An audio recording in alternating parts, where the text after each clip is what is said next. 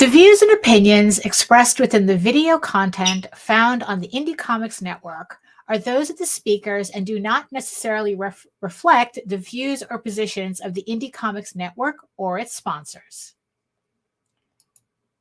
Warning!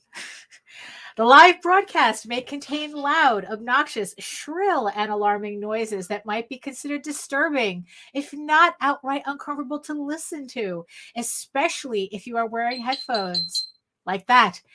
I share my office space with an African gray parrot and two parakeets, and I have no control over their behavior while I am live streaming.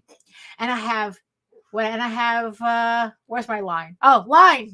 Wait, I have no control over the behavior while I'm live streaming, unlike my regular videos where I have the opportunity to edit them out as best as I can. If you are sensitive to loud, surprising background noises, I recommend either not turning your volume up too loud or watching my edited, pre-recorded videos instead.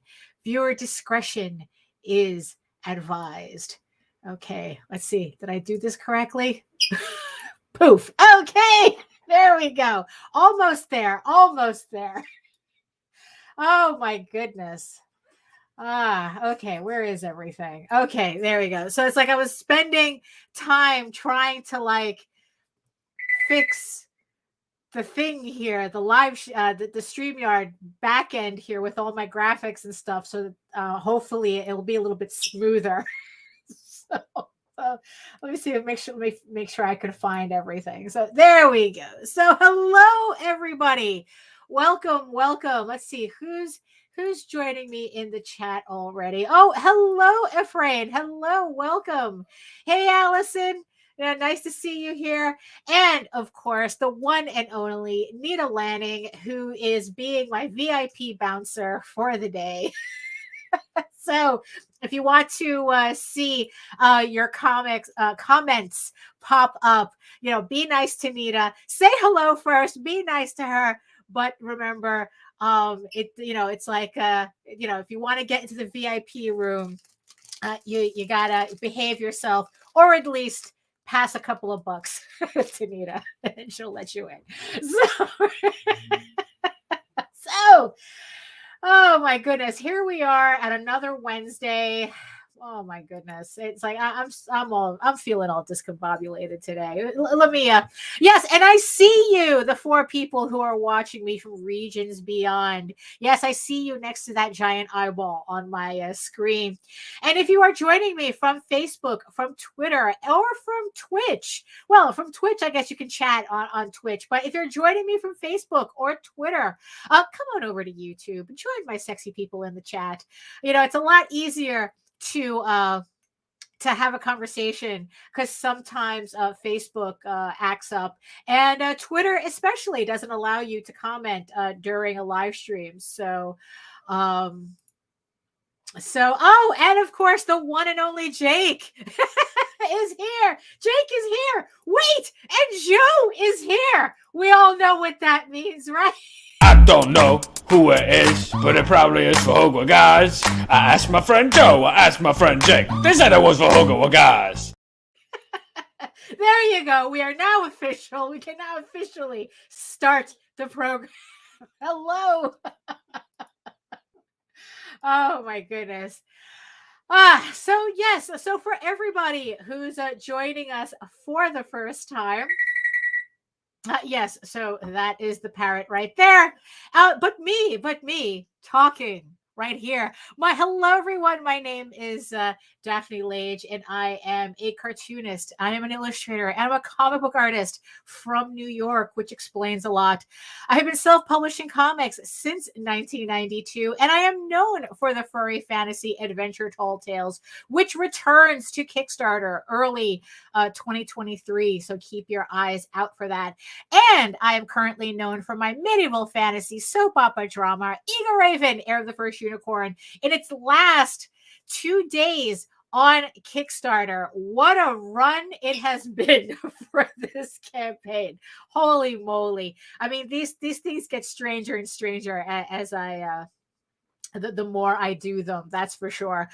So yeah, so links to everything in the show notes below. But yes, Ego Raven has 2 more days on Kickstarter. So if you want to check that out, links in the show notes. Make sure you get your pledge in, because especially on Friday, me and Nita Lanning on the Rage Into the Vlogs show, we will be holding a raffle on Friday at when we start our show at 11 p.m. But the raffle will be, our show starts at 11 a.m. and but we'll do the raffle during the show to celebrate the end of the campaign. And I have some really, really nice goodies that I'm going to be giving away to everybody who pledge to a physical tier on the Ego Raven campaign. So make sure you check that out. And in the meantime, you can read both my comics online at Tall Tales, TAILS online.com, and egoworks.com,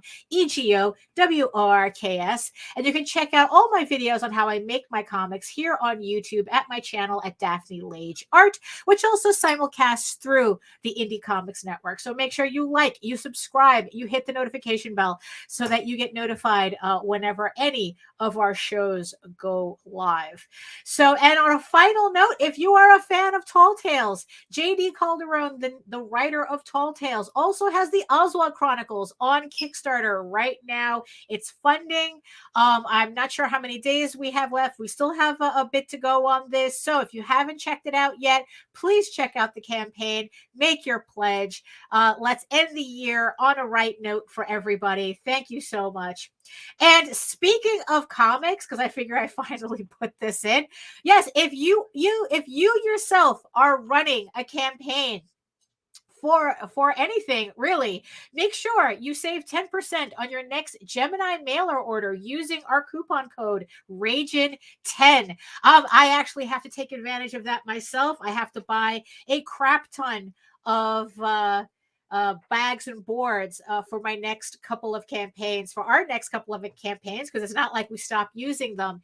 And yeah, the discount is very nice. It's going to be very nice when I actually make those orders. So take advantage, Rage in 10, save on your next crowdfunding, fulfillment supplies, whatever you need on the Gemini mailer website. So yeah, I thought everyone would appreciate that. So oh my goodness. So thank you everybody for coming. I almost didn't make it, to tell you the truth. Yes. Oh yeah. So Nita is saying that the Oswald Chronicles has 11 days left. Thank you so much. And links are also in the chat as well, along with in the show notes. So yeah, so like I said, I almost didn't make it today. I don't know. It's just been a really rough beginning of the month for me. Just a lot going on. Trying to keep up to date with everything. Trying to keep everything moving, and it seems like the more that I want to get done, the less my brain wants. The less my brain wants to do it. So yeah, so it's like, yeah, so today, it's like this morning, it's like I woke up and I go, it's like, oh, I don't want to do a live stream today. It's like, but the funny thing is like the one thing that really made me decide that that's like, no, I'm going to do a live stream. Let me set it up. Let me set up the StreamYard the first thing, because Twitch, I guess, only saves your videos for 7 days. So if I don't do a stream today, I will have nothing on Twitch. And that started to bother me, So I let that be a little motivator for me to actually do a stream today, so that I don't have an empty Twitch account for the next week. So at least, that was at least something to push me in the right direction. But but the thing is, though, I'm sure that this is something that everybody, from time to time, if not all the time, kind of suffers with, where it's like you really just don't feel like doing anything. You know, it's like you know what you have to do. You have the to-do list, you have your stuff, or at least I do. I have all the stuff that I need to do to finish the month off is literally right here on this table. I have a to-do list that's literally over here telling me all the things that I still need to do just for this month, right? And this morning I still woke up going, screw it. What does it matter? You know? And I know I'm not the only one that goes through this. That's why I figured in the end, it's like, you know what? If I'm going to, yes, exactly. If I'm going to at least, again, use a small motivator, it was going to be, you know what? Let me talk about that today on the show. As you can see on the screen here. Yes, exactly. That's exactly what it is. Oh, I have to make highlights. Oh, okay. Oh, is that what? Oh, those are kind of like, I guess, like the shorts that that people do. Oh, that explains. All right. Because I'm still learning about how Twitch functions. So yeah, I'm gonna have to kind of like go back and and figure out like how to kind of optimize that platform for a bit. But as you know, so as you can see on the screen here, I decided to put some comic book pages up. These are pages from Tall Tales issue 6, Tears of the Mother. I have 1, 2, 3, 4, literally 6 pages. There's a lot of literals out here. Take a shot whenever I say literally, even though I'm literally not saying it correctly. I have 6 pages left and talk about ass dragging on this book. And I really do think it has a lot to do with the fact that it is the very end of the book. And that's kind of like my danger zone. When it comes to doing work, the closer I am to finishing it, the more my brain really, really pushes, like, oh, what difference does it make? And this, that, and the other thing, So coincidentally, a video had popped up in my recommends. And it was I guess like a psychology guy, one of these, and I guess what it is that he specializes in mentoring. Oh, hey, my Jimmy, hey. And I guess like he. Oh, are we hinting at something, Jake? It's like, yeah, I mean, it's, yeah, I know. It's like maybe that's probably something that the more probably I just need to outsource more in order to give myself more brain space. It's like that's the thing. It's like which kind of gets the video that I watch. So this guy, I guess it's like he's, I guess, a mentor for e-teams, for video game, people who competitively play video games. And he was talking about like the one, like he was talking about like doing a survey on emotional states of, I guess, the people that he works with. And what he found was the number one emotional state everybody said that they were always like, they were like constantly feeling was tired, and and it's like, I found that interesting because like, hey, wait a minute, tired is not an emotional state. Well, that's where he says I'm wrong. It's like, you know what? It's like tired is an emotional state according to what he was, I guess, whatever study he was putting together.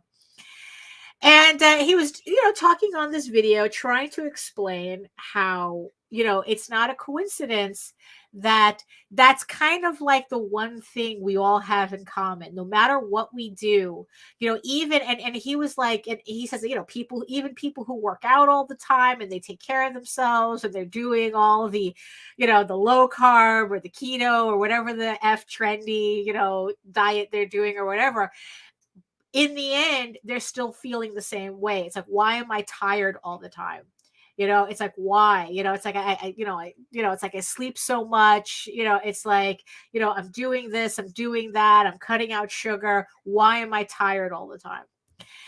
And he was saying that, what it is, the general idea of tired is that it's a physical state.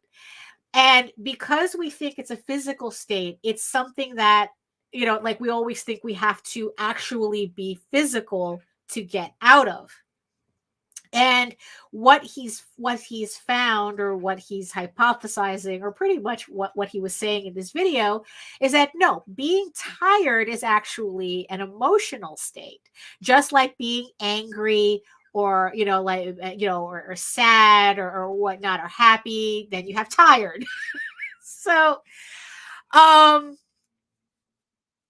so then it's like, so then he was explaining how, in an evolutionary sense, this is what happens. So we have, our primal brain, trying to function in a modern world, but it can only give you primal responses.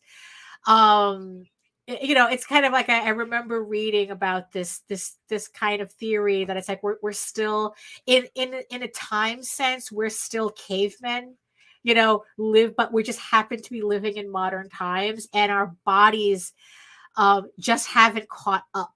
That holding on to something is bringing them.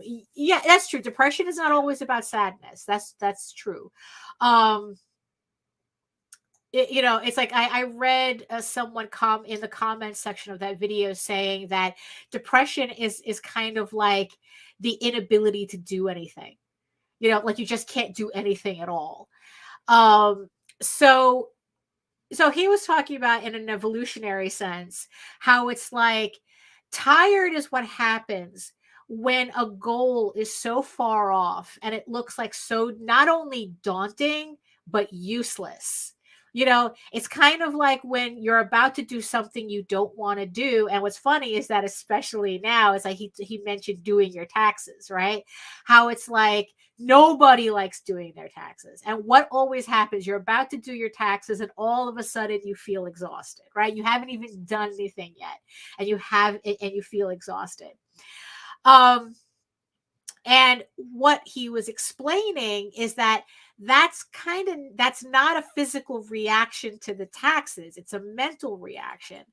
And what it is that it's your primal brain saying that there's no point to this. It's like, and so because this is going to take too long, because your brain is exaggerating how long something's going to take to do. And it's like, there's no point to it. So we're going to try to force you to save your energy so that when the saber-toothed tiger comes chasing you, we have the energy for that. So, but the thing is, though, we don't have to worry about saber-toothed tigers, right? I mean, last I checked, for all the weird animals that's been in this house, all I have is a one-eyed cat who doesn't know what to do with the rats that keep coming in and out of it. So that's the closest to a saber-toothed tiger I have. And yeah, it's nothing to worry about. So what he's saying is that, so he's talking about like climbing Everest. It's like, you're thinking about climbing Everest. Why would you want to do that? It's so far, it'll take too long. And what's the point? So again, your body forces you to get tired. Oh, that's a good one. Depression. Yeah. It's like, that's why I think that's what it is. That it's like that he was saying that it feels like there's no resolution to it. But I didn't finish watching the video, but I kind of have a hint. I kind of have a guess as to what he's going to be recommending at the end of the video, because in the end, it's like, this is not a new theory for me. And thus the title of the show, the stream today, is Motivation is Overrated. Because here's the thing. Now, this part that I read they said that this is scientifically proven. Like they've done the studies on this, and this is the correlation, even though correlation is not causation, but in this case, this is the correlation that they're seeing. That motivation follows action. And I'm pretty sure everyone's probably heard a variation of this before, right? And then it's like, it's like, oh, you're depressed, do something about it, right? It's like, oh, are you tired? Go do something, and oh, but I'm tired. How can I do something if I'm tired, But here's the catch, because the human body in all its spectacular glory is actually pretty stupid. So what happens is that in order for you to feel motivated, to actually have energy for what you claim you don't have energy to do, you have to actually do the thing. You have to actually get up and do the thing, so that the energy your brain is trying to convince you need to conserve is actually releases it. And it's like, no, we're going to do the thing. I need this energy. And then and the thing is that I'm sure everyone has noticed this, because this is happening to me as we speak right now, that the second you start doing that thing, you kind of get over that initial push, and it's like, okay, we're doing the thing. All of a sudden, you start feeling that energy coming, becoming available to do it. And then the next thing you know, you're actually doing it, right? Right. It's like, but that's the thing, though. We're not talking about a sleepy tired. That's the thing. Remember that. That's why you can go to sleep and still wake up tired, because you're still waking up to the things that your brain is telling you is useless to do. So that's why, that doesn't work. Sleeping doesn't exactly work. Like if you can, that whole thing was like, I don't understand. I sleep 14 hours a day and I'm still exhausted. It's because one has nothing to do with the other, technically. So yeah, so that was the thing. So it's like, so yeah, so Twitch became kind of like I said, a little mini motivator, that little push to kind of like, fine, we're going to do a video, because I don't want my OCD to kick in that I don't have a video on Twitch because I missed it today, because they delete the video after 7 days. So that kind of pushed me to make the Streamyard. And it's like, and once I made the Streamyard, it's like, okay, I'm committed, and then my brain started changing. That's like, okay, we're going to do a stream today. We have a stream today. We have to do a stream today, right. It's like, so the thing that I think that the when I finally watch the end of this video is what he's going to probably recommend is have these little motivators in the context of smaller bite-sized projects. Break up the larger project into smaller bite-sized sections, so that your brain can go, oh, okay, I can do that. It's the whole, how do you eat an elephant? How to eat an elephant a bite at a time. So that's kind of, so yes, I'm kind of expecting that to be the answer to this. It's like, yeah, it's like you have to, get the big, get the big thing that you have to do, break it into bite-sized pieces, and then only focus on those bite-sized pieces. And then before you know it, you actually finished your task. So, like I said, well, in my case, it's not that I have one big project as much as a whole bunch of little ones. I have a commission that I was happy that I got the okay on to continue. So at least, that's, and here's the thing, I was dragging my ass on doing everything on this table. But again, it's like, okay, I committed to doing this commission. Let me at least get the sketch out. Let me at least get the tighter, like the cleaner pencils out. And now that I'm looking, I mean, I still have to, tighten up these pencils. I'm not showing you the piece because it's not a piece that I can show on this show for several reasons. But at this point, it's like, okay, all I have to do is just put it in the little details that are missing, and then I can go ahead and start inking it. So it's like, okay, so I'm good with that. So it's like, so, and then it's like, again, like breaking up all these different projects. I have Tall Tales issue 6 to finish. I have the Eagle Raven short story that I have to finish. I have another commission that I have to sketch out, and like I said, I want all this done by the end of the month so that I can start working on finishing up Peacekeepers for the next campaign, and then start working on issue 8, on finishing the layouts for issue 8 and getting that moving, and then working on coloring Eagle Raven issue 6, because that's coming up. That campaign's coming up too. So, but here's the thing though, I don't want to think too far ahead.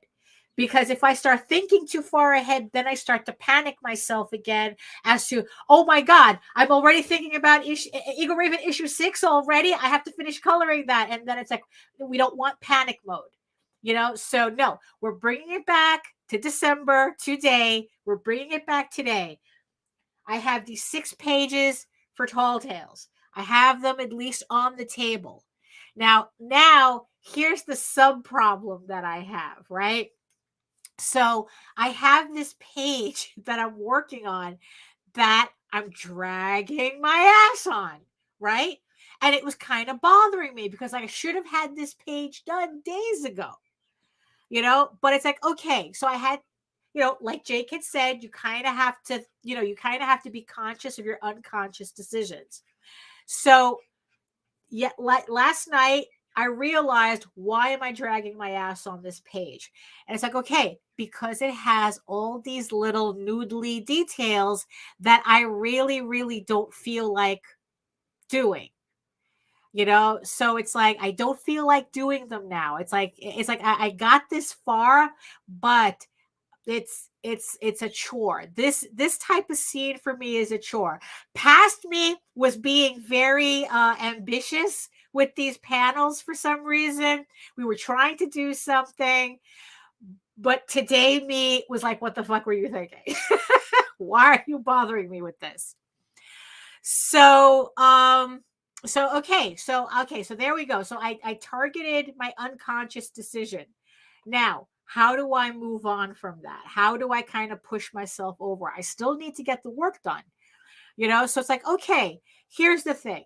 I still have other pages to work on this same project. Like I said, there's 6 pages. I still have to get through them. Maybe I just need to do an easier page. Maybe I just need to look over what are the easy panels in this section, and just work on those first. So what I did was I went through the 6 pages and I chose the page that I felt was the easiest one for me to work on.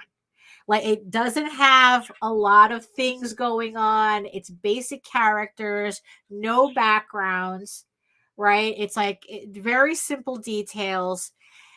And it's like, okay, so instead of the crowd scenes, that I have here, the story that's being told, I'm just going to work on the regular, on this easy page. And then what I'm going to do is that after that, I'm going to go back into the other pages and only do the easy panels first. I'm not going to be worrying about finishing a page. Yeah, but you got to be in the mood for them. I need, it's like, well, you see, and that's the thing. It's like, yeah, exactly. It's like, you see, the funny thing is that what I'm trying to do is I'm trying to build myself up until I have no choice to do to do these panels. So right now I can afford to have a mood because I have other things that I can jump to. But it's going, once I finish up, I start whittling down the easy panels and then going through, okay, this one has a little bit more and a little bit more and a little bit more. I'm going to be returning to these panels like going, okay, this is all I have left. And when I finish these panels, the book is done. So that's what I'm building myself. That's what I decided I'm going to build myself to. I'm going do the easy panels and then work my work my thank you my Jimmy, and then work. I know, you see, that's a whole other thing too that I had to like really fight myself on. Oh, but I need to have this finished page. No, I don't. Okay, not right now, not right now. So that's what I really had to tell myself. It's like, you know, do the easy stuff, move it down, and then get into, literally I'm cornering myself. I mean, that's, I guess in the end, like, that's the strategy. That's the strategy. Keep it so easy until I corner myself and force myself to it's like, okay, I have to focus on this, and so that's my strategy. Well, but you see, but that's the thing, right? It's like, it's like, that's, you feel it's like in the end, but you're still doing something. That's the thing. You're still doing something. You're deciding, you're sketching. For the past couple of hours, actually for the past couple of days, I've been going back to these short stories that I'm re-editing for another EGOMANIACS collection. So these are short stories. I'm sure I've mentioned it. It's the kind of like the sister book to Cult of the Wolf Witch. It's Whispers to Eros, and it's a collection of short stories as opposed to being one big narrative. So I'm so I'm going through, so I've been going through these stories, these short stories. And that's the thing, that's why I guess I find them appealing right now, is that they're short. And I'm just like kind of editing them. I'm not really like focusing. I was like, okay, how is this story going to end? It's like, no, the story's done. The short story's done. I'm just editing them and just retooling them so that I well, technically in earnest, start putting together this second book. And also it gives me, and also what it is too, is that it's giving me the opportunity to clear up the EGORAVEN timeline, establish vignettes, information that were in vignettes, and establish them as canon. So it's kind of like, so I'm putting together that, and it's like, I guess it's just a different thing to put my mind on, so, and then now that I'm on the live stream, it's like, okay, now it's like, it's like, you guys are not here to watch me write. You're here to watch me draw. So again, cornering myself so that it's like, okay, now we have to focus on actually working on these pages that I was kind of avoiding with the writing. But I'm technically not avoiding anything because everything's going to get used. It's just that I'm jumbling up my schedule. Maybe sometimes to my detriment, but the work still needs to be done anyway. So that's kind of like my strategy, the strategy that I'm using right now. So yes, I had to get over the thing about finishing pages and worrying and just like, no, we're going to switching that to, we're doing the easy panels first. It's just like, because that way it's easier to get right. No, I put me in a corner. It's easier to build like consistent wins that way, even though they're small, because in the end, that's what you want to do. You kind of like create a snowball effect with the work that you're doing. And so that's what I'm establishing with these with these pages, that, okay, let's work on the easy panels and snowball our way so that we build that momentum, we unlock that energy. So by the time I'm back on this more complicated page, it's like, okay, fine, we're just doing it. It just becomes a mindless thing as opposed to a slog, right? So on that note, right, what I'm going to do is I'm going to run a couple of bumps. Oh, okay. All right. And I'm going to run a couple of bumps, and then I'm going to oh, that's interesting. Okay. Oh, all right. Well, we'll worry about it later. We'll worry about it later. Yeah, and then I'm going to switch over, and then we're going to get to work. So let me find. Okay, let me find my vids. Right. Oh, there we are. Okay. It's like I try to make things easier, and then I have to get used to what I just did to make it easier. So there we have it. So yeah, so that's what I'm going to do. Run some bumps. I'll be right back, and then we'll get to work.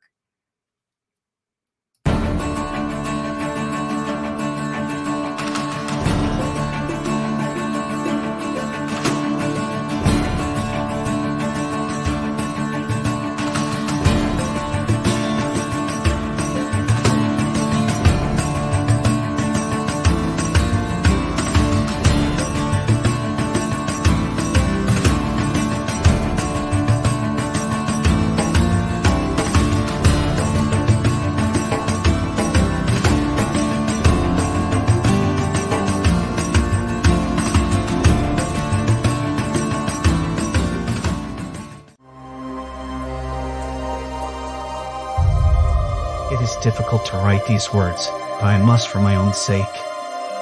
I have done, seen, and been part of many things in my life.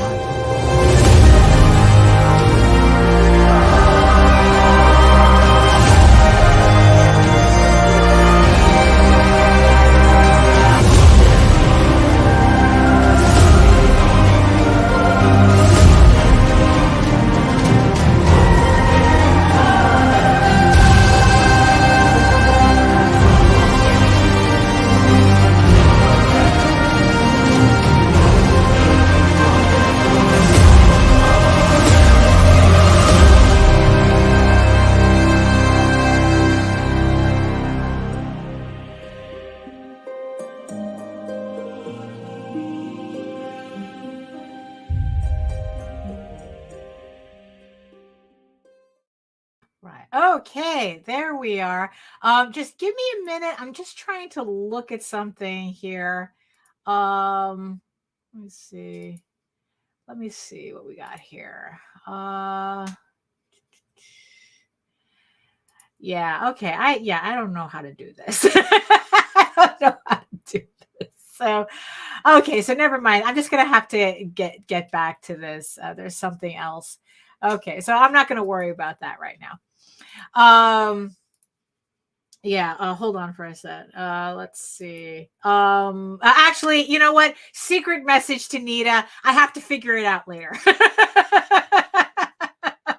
I have to figure out what's going on the other thing later. So, oh, okay. Yeah, it's like, why, Joe? Why do you always insist on putting the freaking Gaston song in my head?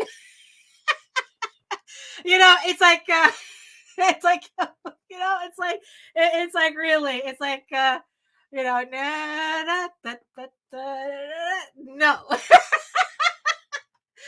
So, okay. So here's, so like I said, so here's, I guess, like a closer look at the panels that I'm working on. So as you can see, here's my unfinished panel that has all these people in it because I don't know. I tried to think I was Russ Leach for a second. It's like, oh, this panel needs 35 people in it. So it's like, no, maybe not a good idea. So yeah, so what we're gonna do is I'm gonna show you that in a minute. I am definitely gonna show you that in a minute. So what I'm gonna do is I'm gonna put this page aside because we're not gonna worry about this page right now. Like I said, we're just going to move on to these very easy panels. And let me see. And yeah, so for Ephraim and for everybody else who is just joining me, if you're not familiar with the type of work that I do, I mostly do traditional artwork, pen and ink, pencil, the whole thing. I only do digital work when it comes to coloring and actually setting up the actual books for print. So I appreciate it, Joe. I really do. It's like, I do like the song. So so the thing that I use mostly to ink in my work is these Kohinoor rapidographs. They're technical pens. They're actually meant for architectural rendering, but it was one of the first art tools, like when I first went to art and design to high school, to actually learn how to do this correctly. And of course, I had to be given the wrong tools to do it, but I figured it out anyway. These are mostly for architectural renderings, but I figured out how to use them for inking comic book pages. So they're refillable, and I highly do not recommend them for anybody to work with them. They're very messy. They're very high maintenance. I think that if you're looking for something, I would much prefer. Well, if you wanted to start using pens instead, stick with the yeah, stick with the Micron Pigmas. Stick with I personally use the Faber-Castell Pick pens. Oh, so this is what they look like. If I use these mostly for like sketching, or if I have to travel, but I still need to get my work done, because these don't leak as like these do constantly. They're constantly leaking. Like I said, they need hello, thank you. So yeah, so I would honestly recommend, if you wanted to get into this, use technical pens, like the multi-liners, rather than these pens. Oh, and before I forget, so let me put the music on. Let's see. So let me get this.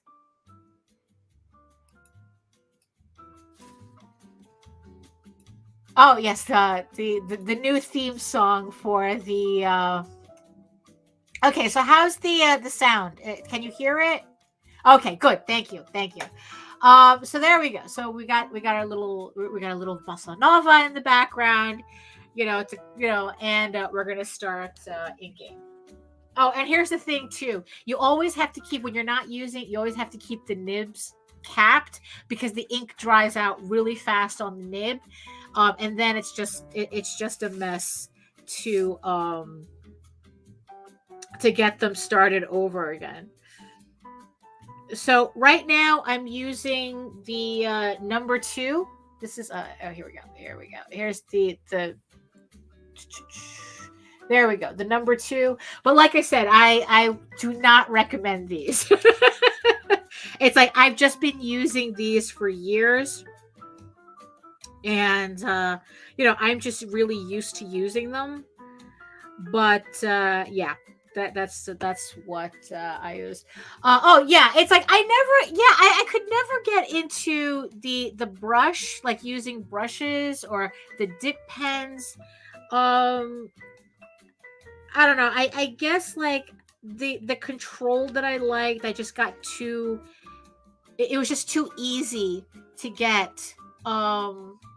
With these pens, right? So it's like, yeah, it's like I even moved my light, so it's like now it's like I have proper light on top right here. So I'm always noodling with everything in the office. It's like, I only had this thing, I was actually able to have to do my office from scratch, and to this day I'm still noodling with it. So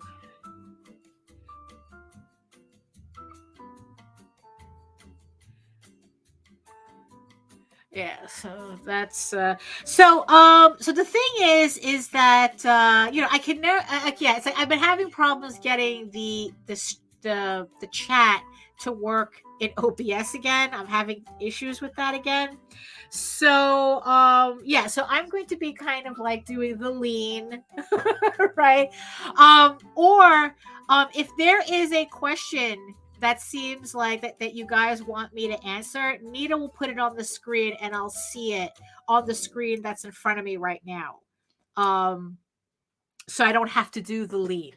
So yeah, so if you have a question you want me to or you just have something that you want me to talk about, you know, yeah, just put it up, and Nita will put it up for me to see it. So so yeah, so in the meantime, I'll just continue inking here. And yeah, just like we pretty much we're talking about, it's like, okay, now it just feels easier to get this done. You know, it's like, yeah, it's like you just force your way. It's like, yeah, and that's the thing too. I know that the idea of being told, oh, for fuck's sake, just do it, you know, it's kind of rude, you know, but the thing is, though, there's a real science behind it, you know. It's like it's the only way. Yeah, it just seems like it's just the only way you're going to unlock that energy that you need to do what you need to do. And then like the kicker is that you find out that what you needed to do didn't take as long as you thought it was going to take. You know, the whole joke that it's like you spent 3 months avoiding a chore that only took 15 minutes type of thing. So it's kind of like that, you know. And yeah, and speaking of a chore that only took 15 minutes, so today I'm very proud of myself. I did some real adulting today, and I actually called an accountant.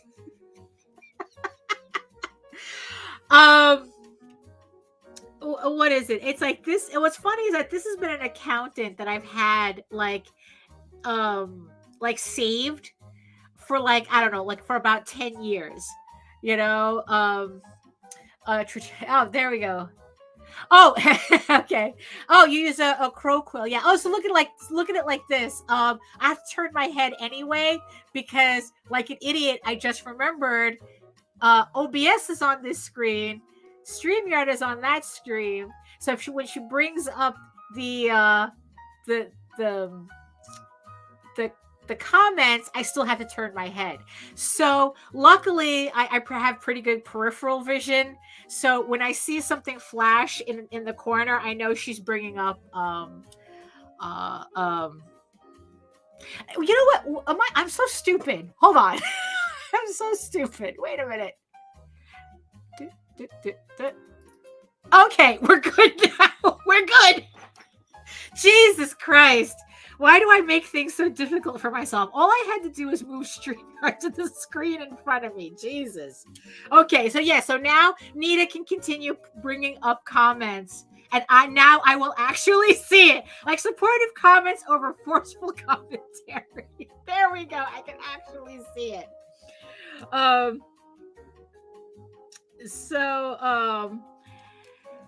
Yeah, I know. It's like like I said, I'm constantly noodling with my cameras and it's like, look, just last night, and I'm just moving my microphone. I think it's like, you know, Nita we were testing out our microphones and it turns out that I had a setting that was off on my mic. And she said that the second I turned it on, this is a StreamYard thing. The second I turned it on, it's like my sound all of a sudden just like exploded. Like it's just, oh, you sound normal. You sound good. You don't sound like you're in the distance, which is something that was bothering me on the last couple of streams. Like, you know, why does my microphone sound so tinny? You know, and I thought it was because I don't have a lot. Oh, good. Thank you.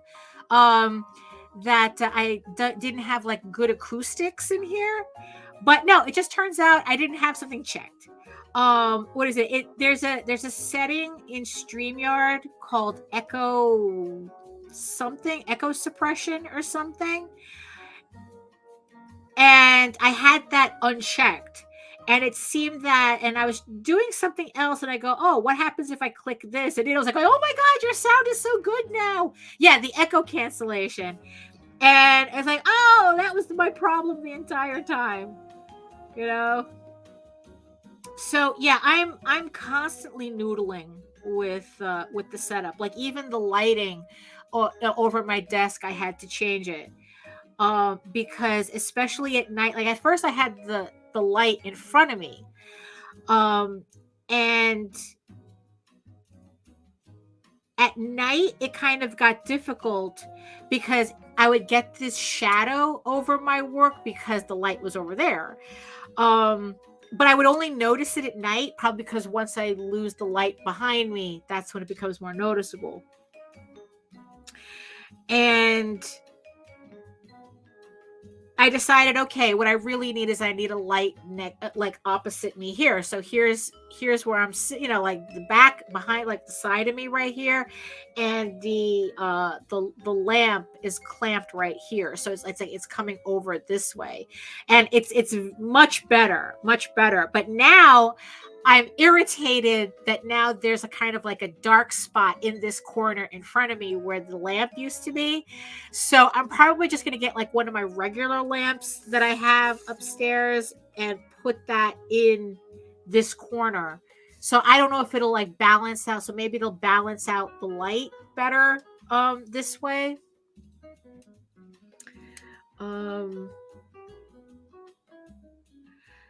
So yeah, I'm constantly noodling,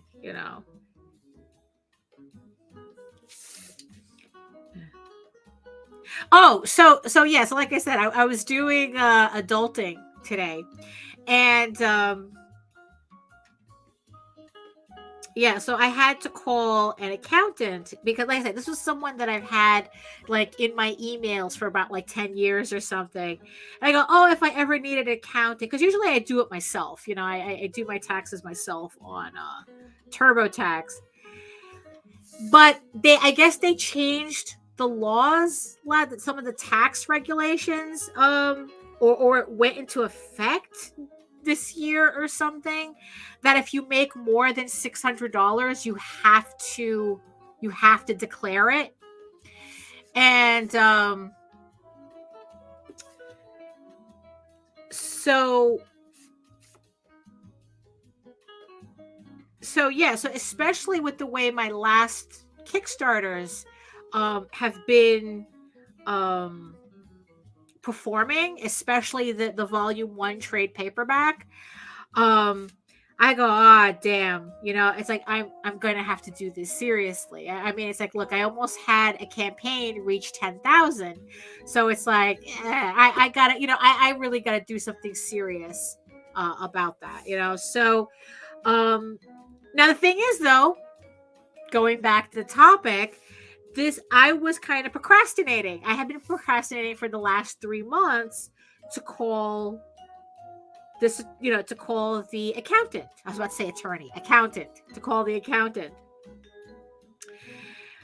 And I was like, I'll do it later. It's like, I don't know. It's like, the thing, it's like, if only there was a way I could just text them, can I just text the accountant, So yesterday I decided that it's like, okay, you know what? It's like, it's like, I really want to take care of this. I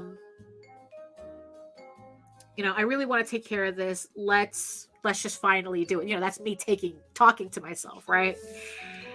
And I called, so yesterday I called, left a message, said that I needed somebody who specialized in graphic design and freelance and that way, and knew what crowdfunding was,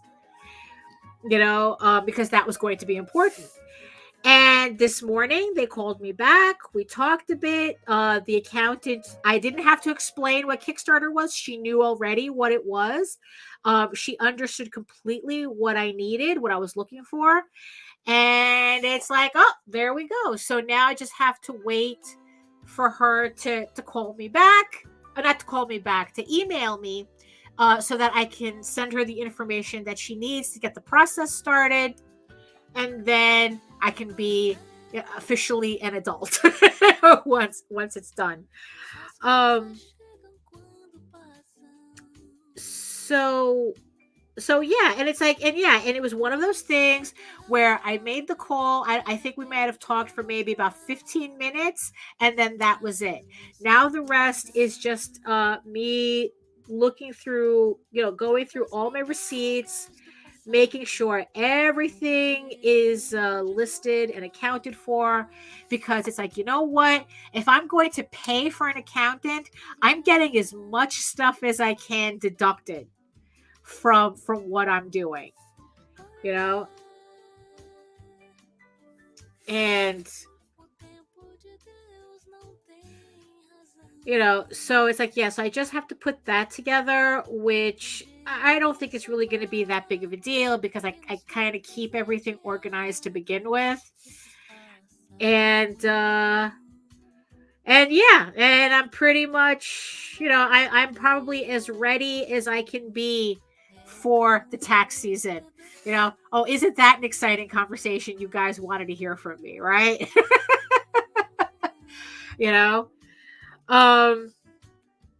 But you know what? That's the reality of what we do, right?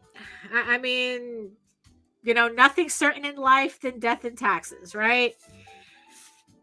I think that might have been Benjamin Franklin, maybe, that said that.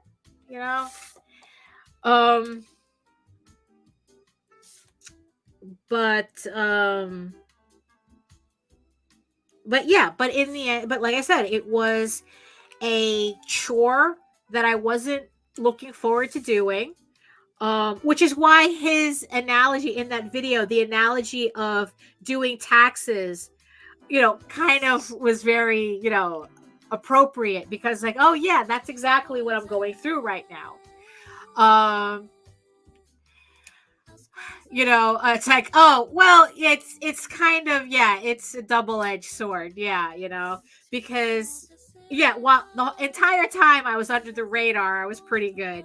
Now it's like, okay, all right, I'm making money now. It's like, because you know what it is? It's like, we're making money to get noticed by the IRS, but not enough money to kind of make it worth it, make it worth being noticed by the IRS. I mean, that's probably what it is. So back to the type of inking that I do. So as you can see, as I need to like build up the inks on the piece, I'm using different pens that get like thicker as I need them.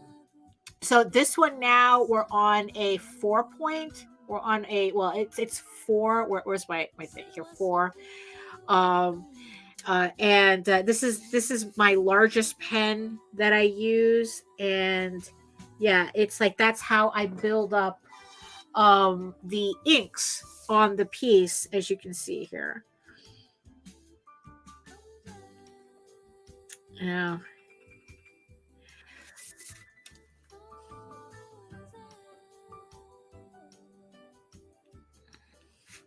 So I mean, also another I don't know, another sign that you're an adult is that like I'm actually pleased with myself for getting this done. For I was like, oh, I already set up, to get the whole thing with the accountant, the whole ball rolling with that, right?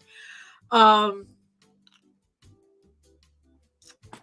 let me just check something here. So I have, what I usually do is I keep a printout of the previous pages that I've inked, so that I can refer to this instead of messing with my actual pages, so I'm not damaging anything.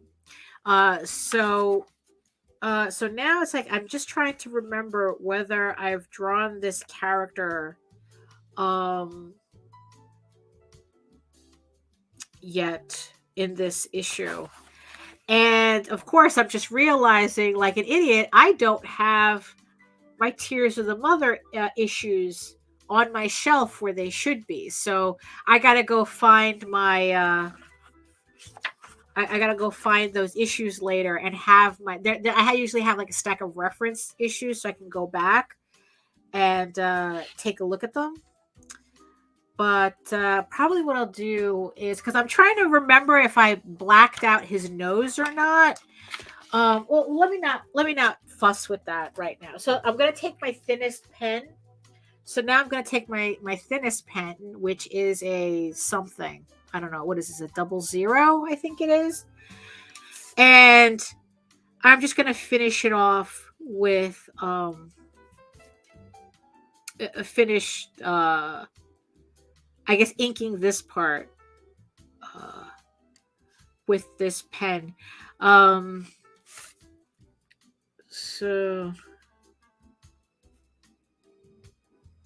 Oh, which is something that I'm doing for Tall Tales. His nose is blacked out. Okay, I'm probably figuring his nose is blacked out. That's what I'm kind of figuring too.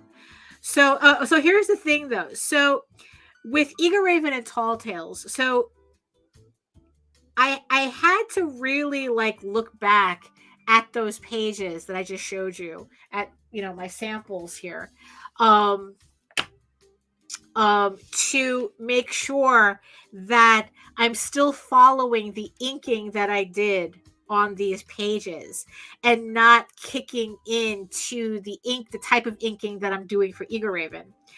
So what it is that for EGORAVEN, I use a much simpler inking style because it's in color.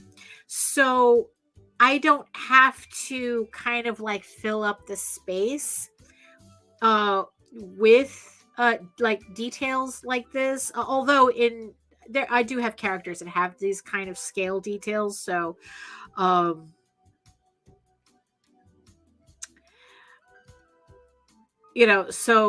but the thing is that like in general, I'm not like completely like if I were inking this for EGORAVEN, like all these really thin lines here wouldn't be here. I mean, this is kind of like just one step further, because it's black and white as opposed to being in color. And also I use a lot more bolder lines on EGORAVEN. So when I decided I was going to go back to inking these pages, these Tall Tales pages, I really had to look through this and go, okay, what detail did I put in? Like, you see this chair here? Like this chair, this table, the way that looks, in EGORAVEN, none of that detail would be there. It would just be blank. It would just be white, and then the color would make up for it. I wouldn't have this texture here. So, yeah. So let's black out that nose.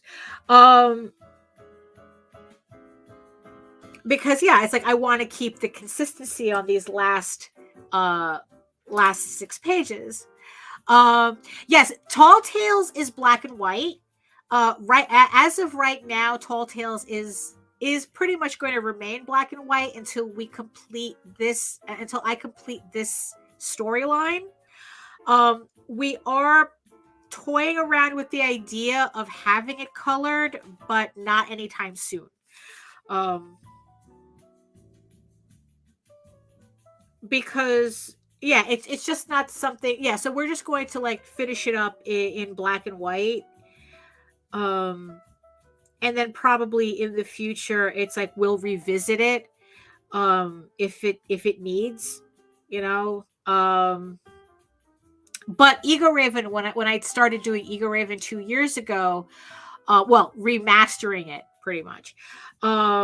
I made the decision that if I was going to go through all that trouble, it was going to be in color. I just wanted to start it right off the bat. So,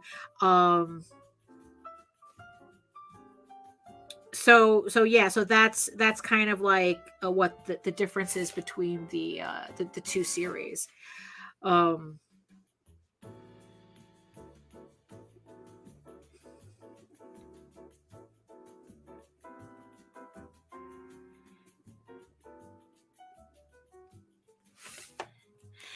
then it's like what always makes me laugh about that is that, like, for the longest time, I mean, it's like, remember, we started doing this and in the 90s, and color was never on the table for oh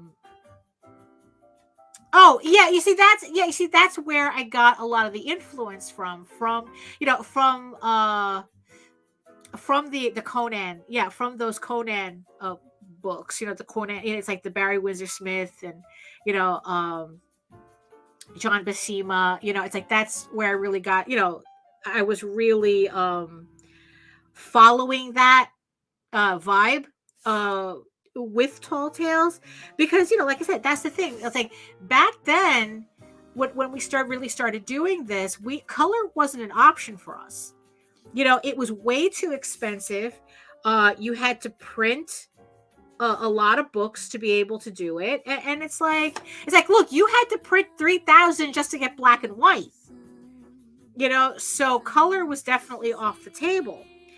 So it's only been in the last 5 years, maybe, that color actually became a viable option for comics. And what was funny was realizing how, I think it was an Oswald book that was the first book to be in color that we did. And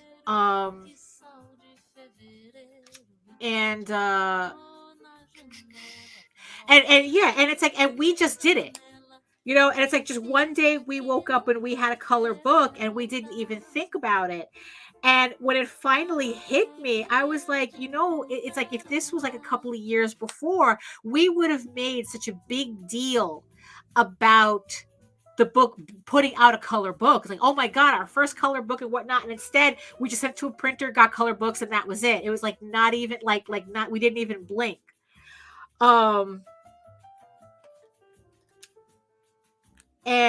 it was just it was just really funny to think about. It's like, we waited all these years to be able to do color, and then we finally do color and we're not even thinking about it. No, I agree, Allison. Color, you would think, for the amount of manga that sells in the marketplace, you would think that black and white would be more accepted, but it's not. Black and white books are a very tough sell. I mean, I don't know if that has to do with the fact that, well, unless you are literally doing a manga, like a manga style book, that people don't accept it in color. I mean, don't accept it in black and white. Like, if you're doing like the big tomes, the big collections, the volumes, it's like, then that's okay. But if you're doing like a floppy, it's like, it has to be in color, or a collection. Like, yeah, it's kind of, it's kind of weird how specific that trend is. But I mean, we were talking about that on the previous stream last week. I think it was on the previous show. I don't remember. It's like, I remember on one of the shows. I do too many shows. No, I don't. I don't do too many shows. I just do a lot of them. And I don't remember if it was on one of the Raging vlogs or if it was on my last stream. But it's like, what you get for $19 in a manga, as opposed to what you get for $20 on an average Kickstarter, is ridiculous. Like, it's no comparison.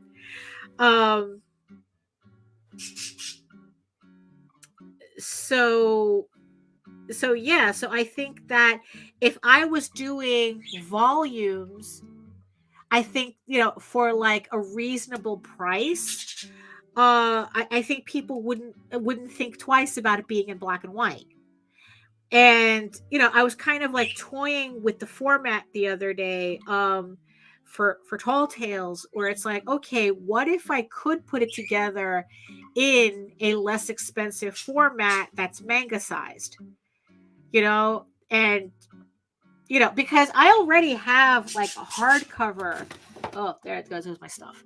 I already have a hardcover of this is, I think this is a little larger than 6x9, and it's like, I think it translates well at the side, at the size. So technically there would be no reason other than finding a printer that could do it, like you get like for it to be in paperback, and like just do a standard manga size and see what happens. So that's kind of an option that I'm thinking about.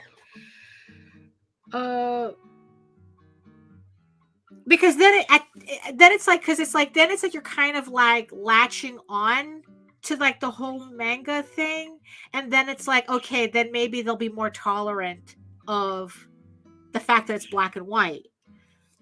Because it's like, imagine getting a book that, getting a Tall Tales book that all 560 pages in one volume, black and white, for $20. I mean, I don't think people would question much whether it was in black and white or not. So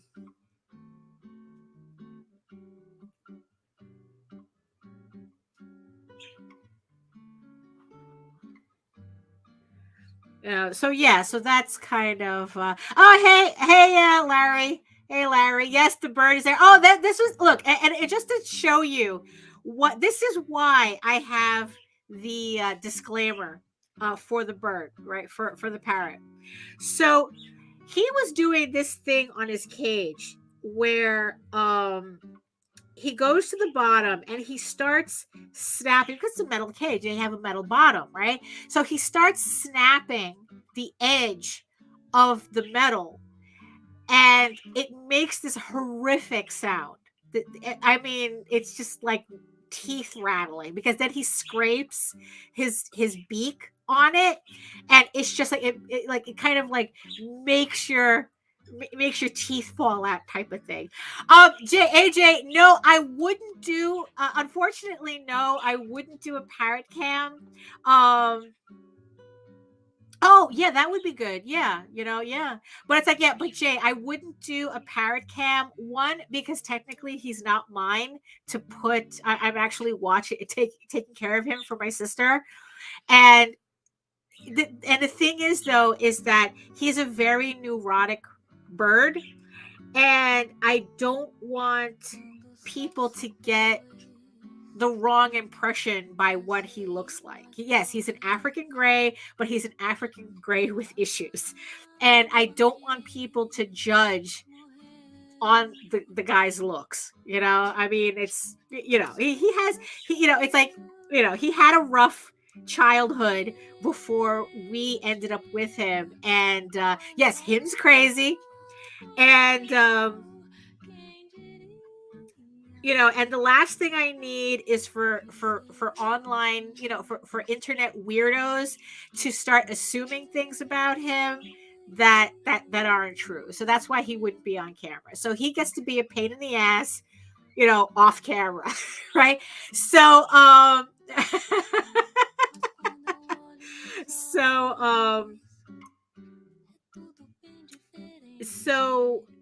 so he was making this scraping noise, because the thing is, though, he loves obnoxious noises. The more obnoxious the noise, the better. That's why he loves, garbage trucks and smoke detectors and all this stuff. Oh, and disgusting noises too. because when my sister lived in Florida, she used to live in a building and he had an outdoor cage. And every morning there would be this old guy in the apartment below who would always come out of his his apartment every morning to hawk loogies over his balcony. Disgusting, absolutely disgusting.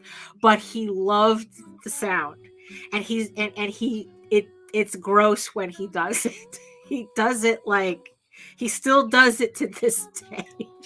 You know, yes, he is very neurodivergent. Yes, he is. Yes, he is. He's like the rest of us. You know. So I'm on the phone.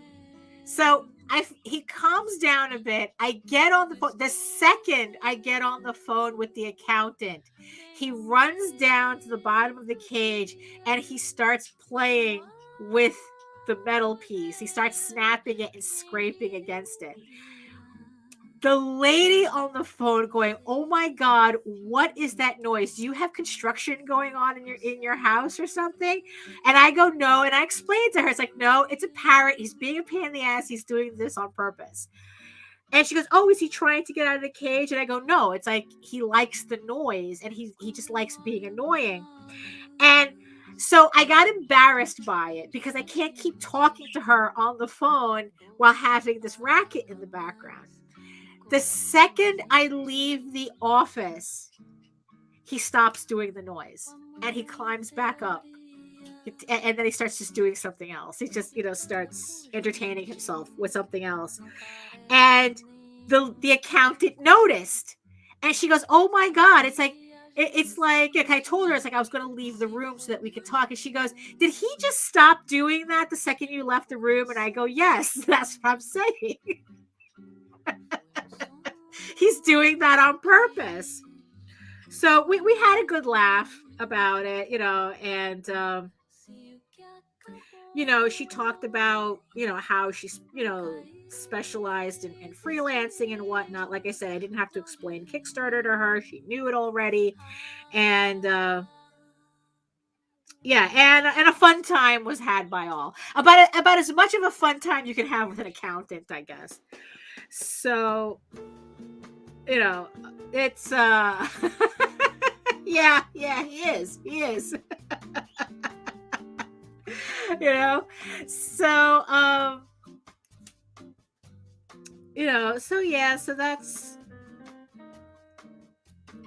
so that's what's so in the end, that's why I do not have a bird cam.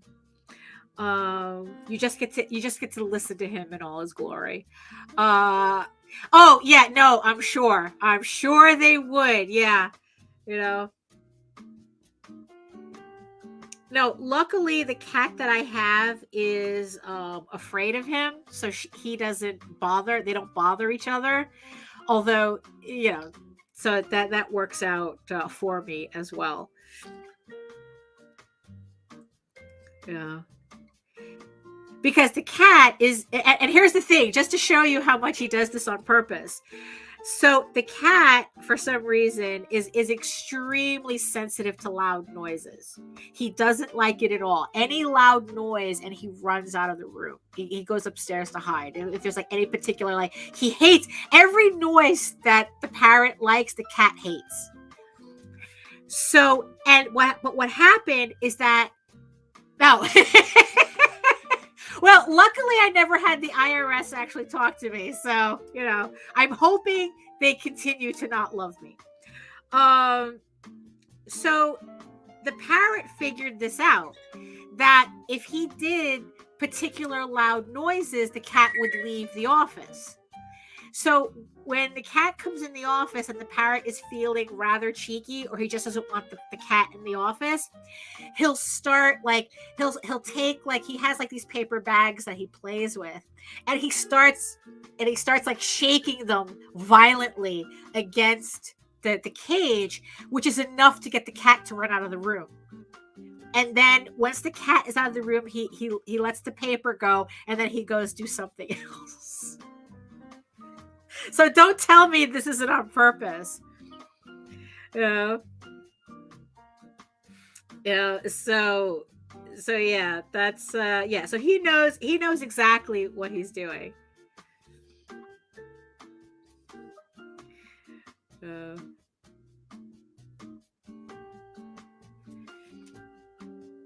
no, I don't even know why I didn't think of this moving Streamyard to this.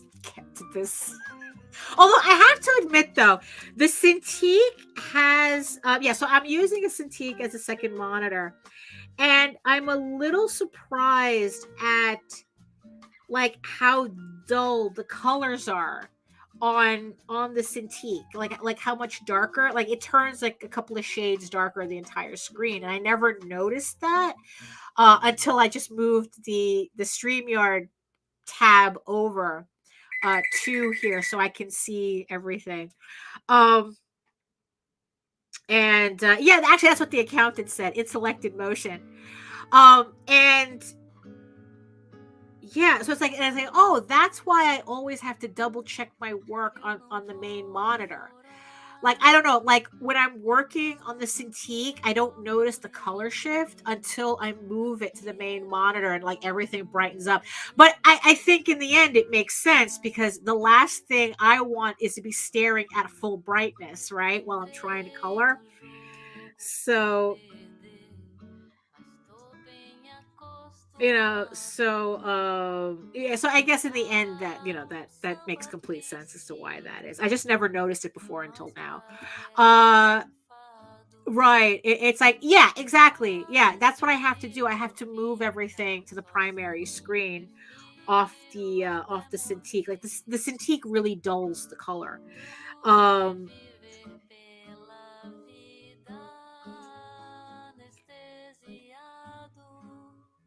Let me just put in these teeth here.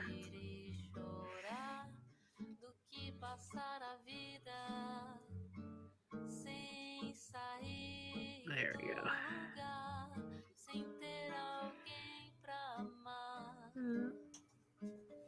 There we go. So yeah, so as I'm working on this panel, it's like, yeah, it just feels a lot better. It feels like I'm getting through it. um like, I don't know, like the other panel that I was working on, it just felt heavy, and also it's a little stylized. um so I don't know, it was just like I was just not grooving with it. That's why I was dragging my feet. So at least this way, I mean, this page I know that I can complete. It's not like I have to skip panels. It's like, okay, I can do all these panels on this page. Um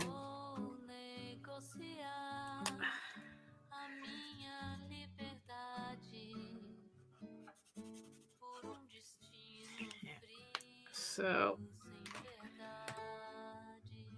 let me put the other, get this.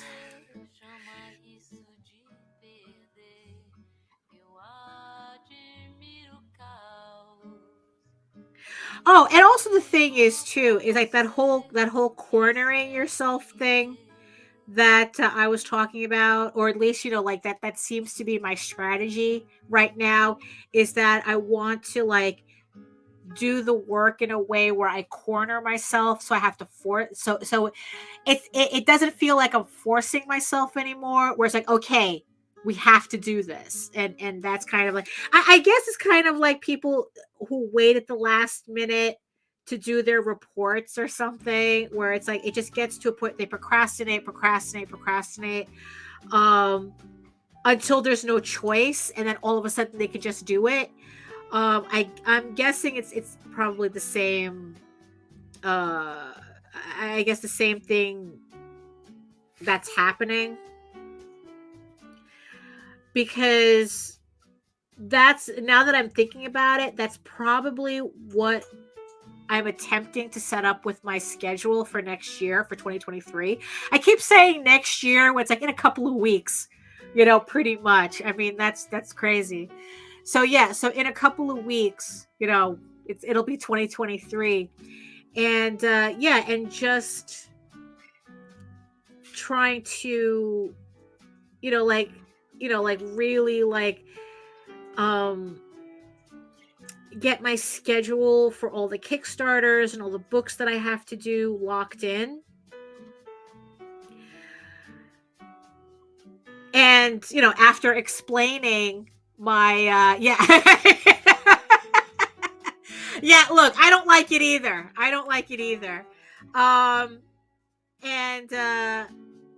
And I guess that's what I'm doing for next year, is that I'm setting myself up so I box myself into what I absolutely have to do.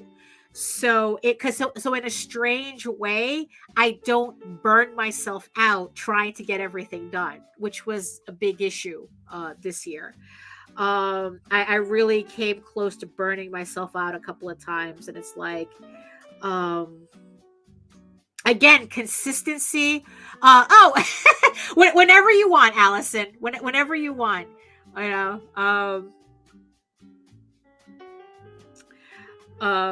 So I'm always happy to do covers. I like doing covers. Yeah.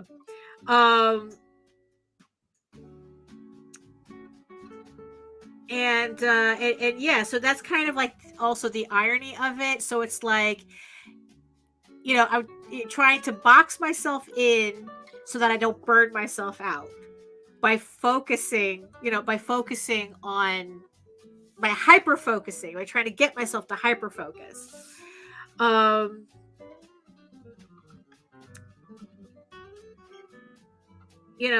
it's like now it's just to see if it'll work. Thank you. Yes.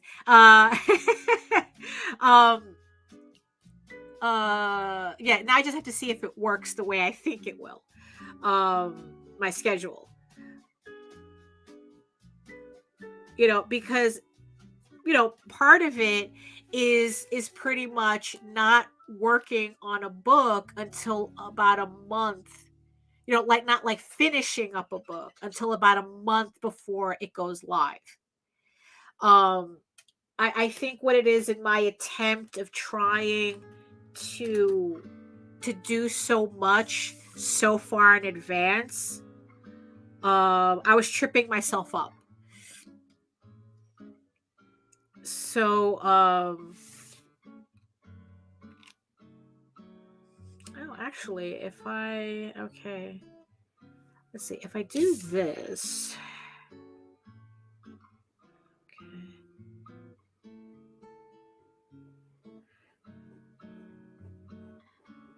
Then I only have to use the big pen here, because everything else is going to get covered in black. So,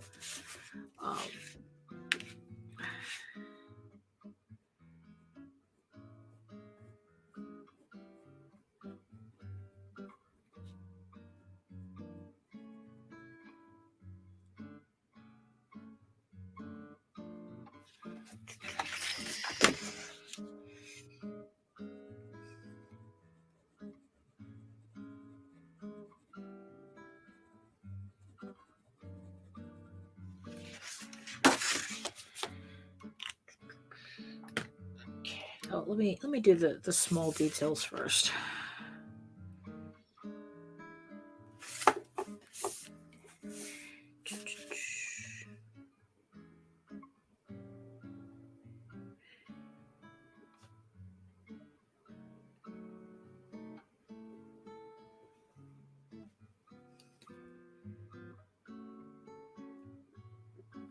Yeah, because I'm still thinking about, like I would like to have a proof for volume 2, Ego Raven volume 2 next in 2023. So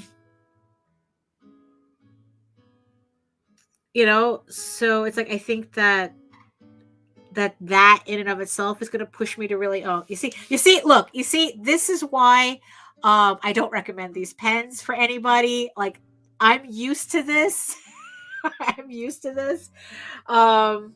And also the trick is not to get the ink, smeared on the artwork.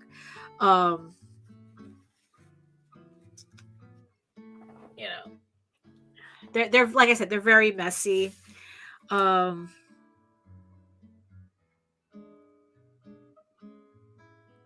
you know, so yeah, so it's like I want to get, you know, the volume 2 proofed.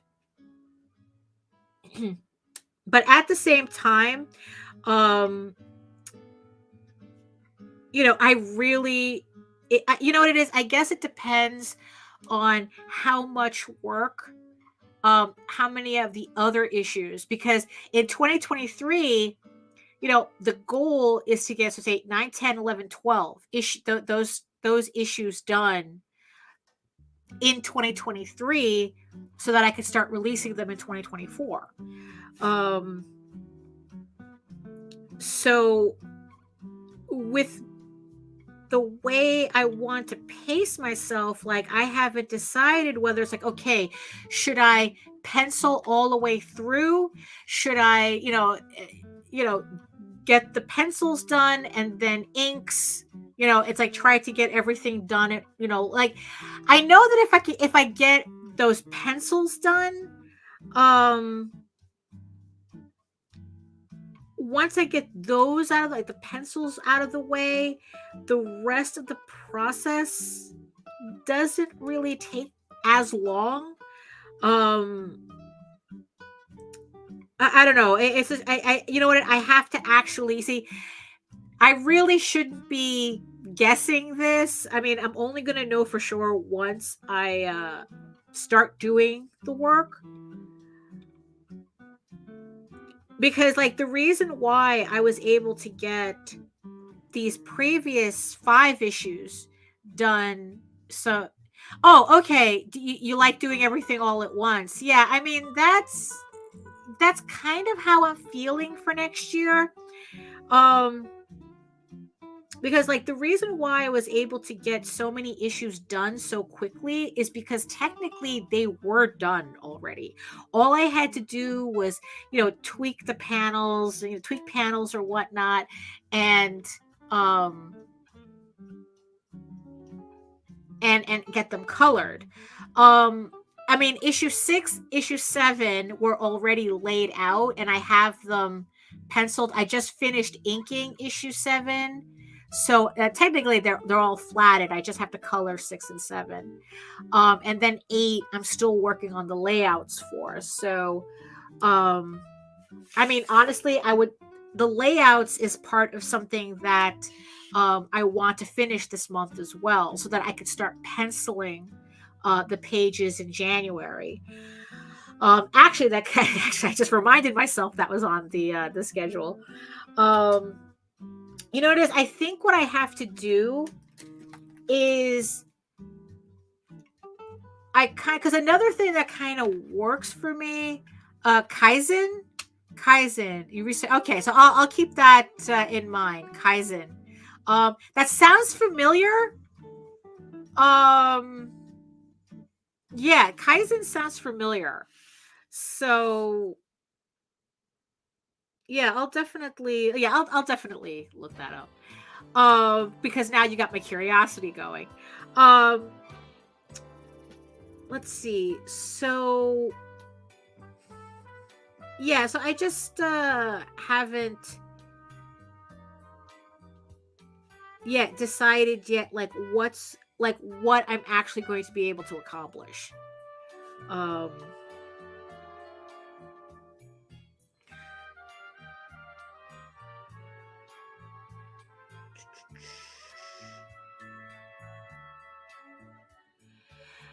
Yeah. Oh, okay. Now I remember my thought. Yeah. So what I probably have to do is, like, especially take a weekend and just hammer through those layouts on the weekend, and just get them done. Or it's like, I don't know why it's like why it has to be the weekend, but for some reason, I guess it's just the pattern that was established. Like, but the thing is, I have to, like, let me take these 2 days and hammer through this part and hammer through these layouts and get them done. Although technically, yeah, no, it would be 2 days. It would be 2 days. I would give myself 2 days for that. I probably should do that.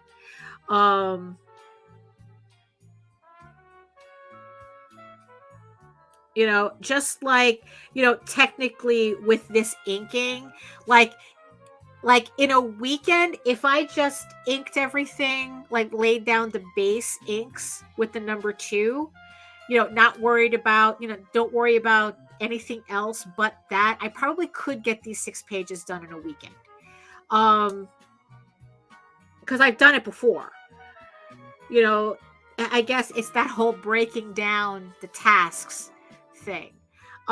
Just like with the Eagle Raven story that I have, the short, that's like, I know that if I spent 2 days just hammering it, I can get it like sketched out, the last 6 pages sketched out. And on index cards, yeah, you see, I was using a notebook to do my layouts at one point, and now I kind of have, I built my own, like I did my own kind of like special notebook with I printed out the blue lines, like they're in proportion to the pages, but they're 8.5 by 11. Actually, let me fill out these black areas, and I'll actually show it. And you know, so it's like I'm drawing on pretty much in proportion to the pages, and then what I do is that I scan them in, I put them in a template that's 11 by 17, and then I print out those sketches at 11 by 17, and then like depending, I do them as blue line. I convert them to blue line and then print them on the actual board that the actual paper that I'm going to be using, and then I just fill in. I just pencil over those layouts that are printed on the paper. So let me just fill this in, and I'll show you what that looks like.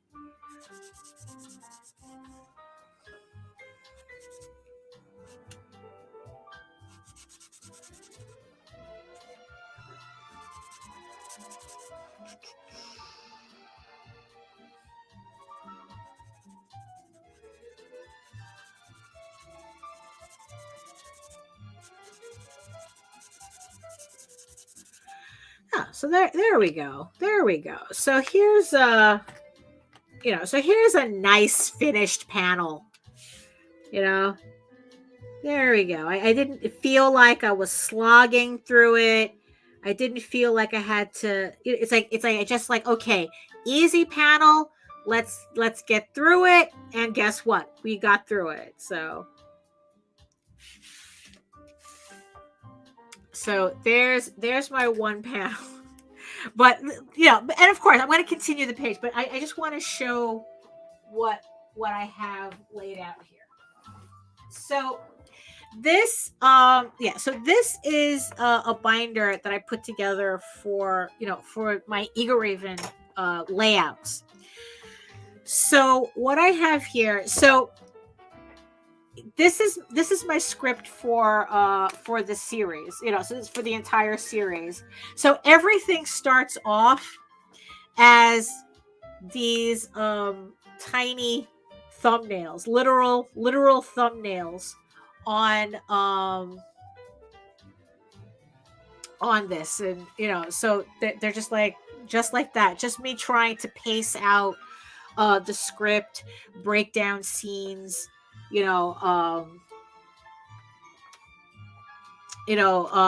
just get the kind of like the overall feel for it. And so once I break it down this way, then I have these pages that, like I said, they're the actual template that I use for my large pages. So the template that you see here on this page is now on 8.5 by 11, right? So it's in proportion, except now it's in a more, convenient setup. And then I take my thumbnails, I take these that I have on the script, and then I start, I kind of redraw them on, because these are just shapes. They don't mean anything. They're not even in proportion to anything. So I So I take that as a reference, and then I redraw those thumbnails into these proper these layouts, these layouts that I have here. So the pages are broken up exactly the way that I want on the actual pages. And then what I'll do is, hold on, I just want to make sure there's no spoilers, because this is a very spoilery issue. So then what I do is then I scan these in, and then I'm going to enlarge these on the board. So I'll enlarge them on the board to this size, right? And if you could kind of, I guess if you kind of squint or something, so you could kind of see the squiggle underneath. Now these layouts are really rough that I did for Tall Tales, that I sketched in, but for Ego Raven they're a little bit more tighter, so it'll be easier for me to pencil. So, but the idea is that I convert these to blue line, and then I print them out on the board, and then I tighten the pencils where I need to.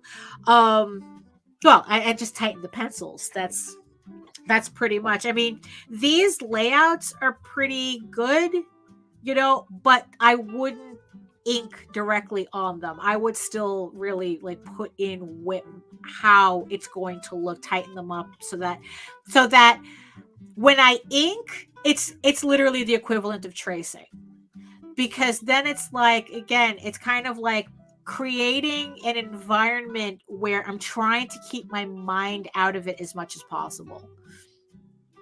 Creating pages. So you see the pencils here. So all I'm doing is just tracing over my lines, so I don't have to think about it. If I try to ink like this, which I used to do, it's very stressful. I'm kind of making it up as I go along, and I'm not as confident with that now as I used to be. I'd rather do the tight pencils and know for certain where my lines are going to go than kind of look at these sketches and, fake it. But I don't I don't do that anymore. I don't do that anymore. So yeah, so that's kind of how I'm working right now. But yeah, it's so as you can see, I have all these blank pages. What do I have here? So I have, here's all my blanks for issue 8. So yeah, so it's pretty much that's what it looks like. And then I take the layout and convert it. So I have here, I think I have up until issue 10. So I have enough pages in here to do up to issue 10. And then, just keep working. And at least this way, if I need to take it somewhere, I can, if I need to work someplace, I could just take it. Layouts are, I don't know, layouts are probably, if I needed to travel, but I needed to work, layouts are probably the best thing for me to do to take. So in this, this, it's I couldn't get any easier for me, and then it's I go somewhere and then I could just spend the time penciling layouts for the script, so yeah, so that's what I do. Now, let me get some water here. So it's yeah, I'm constantly, like I said, I'm constantly noodling.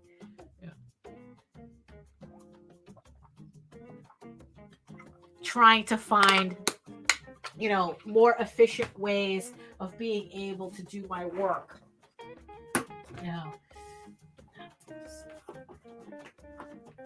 There we go. Okay. There we go.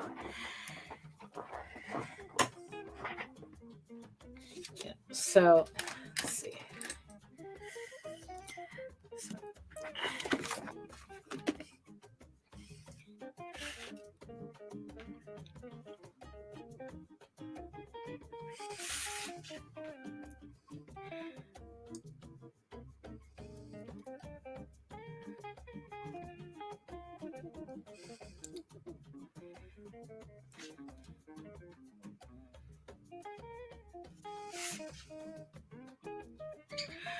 Yeah. So the one thing that I just also, the other thing that I have to, there's never just a one thing. Another thing that I just have to accept also with the inking that I'm doing on these last pages is that there's going to be some slight differences that I'm just going to have to accept, that it's like when I hit these pages in the book, that's going to kind of look like, it's like, oh, I inked these a little differently. I just have to accept that, because like I just don't want to stress myself out over it's like, oh my god, like, these pages look a little different. It's like, you know what, most people don't notice. I have to remember that too. Most people don't notice. And honestly, when these pages do eventually get colored, no one is definitely going to notice. There's a slight difference in the inking. So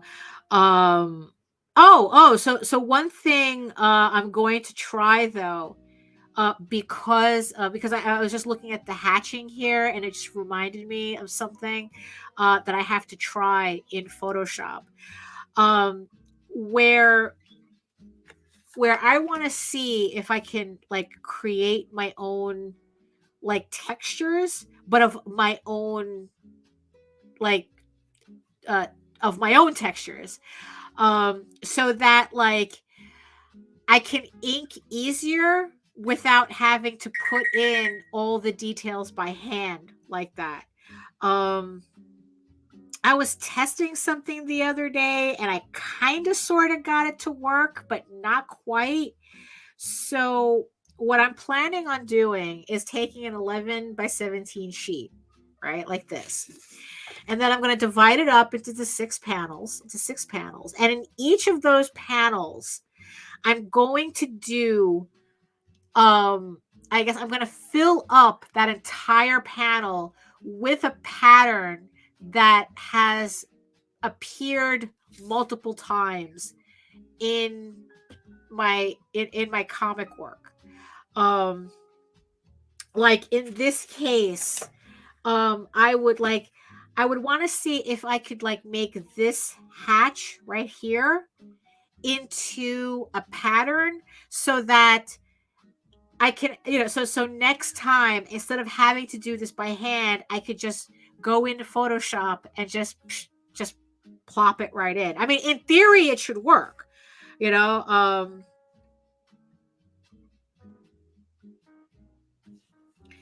So, because it's like, if I could do that, because what was I doing? I was doing my chainmail, which is essentially just a whole bunch of circles like this.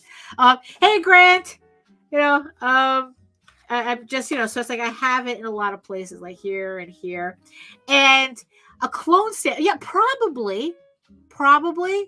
Like I said, it's like I know it can be done in theory. I just have to figure out the right way to do it. So I would do that. So yes, I could just trace out an area and put in my own texture, as opposed to using like a pre-made texture, because those things always, I don't know, on my work they always end up looking fake. That's why I don't really use it. I mean, I've tried it with some color pieces, but I never quite got it to look right. Like, it always looked like I was using a texture. Let's just put it that way. It never felt like it was part of my piece. So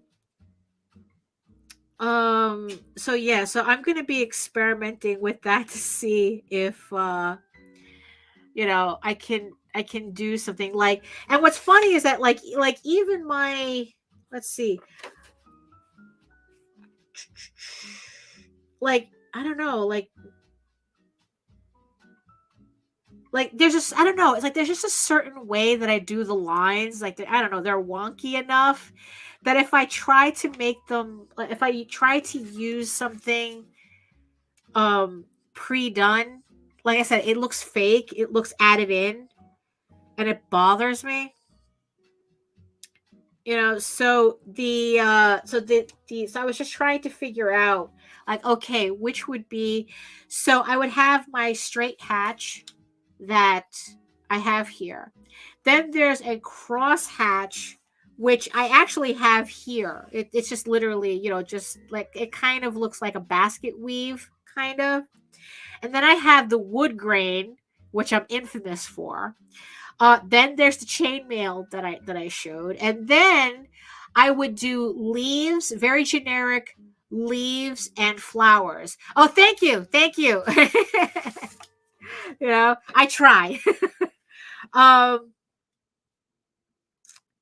You know, so it's like, you know, something generic, and then maybe some like castle stone or castle brick, but it's, you know, it's just so that it still looks like my work, because technically it would be.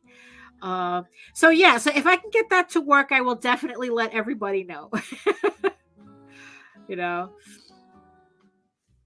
yeah, I will definitely let everybody know if I can figure that out. You know, get it to look right. Actually, it's the looking right that's the issue. That's my challenge. You know, because I did a pattern before. I have an idea of how making a pattern works. But yeah, there's the clone stamp, which I guess would be an alternative, because then it's like I could pop the sample on the screen and then use the clone stamp to fill out whatever the selected area that you know. But what I've usually seen is just the customized patterns.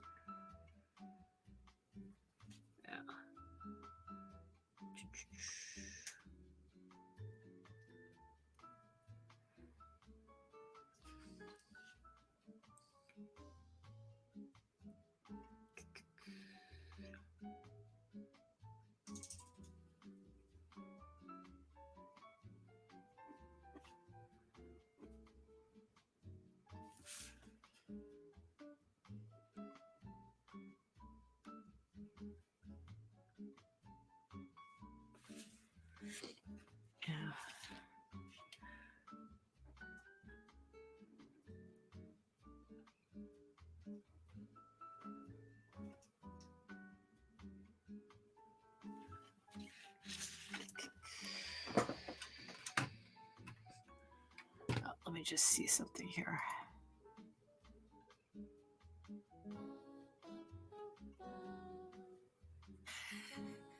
Oh, so let's see.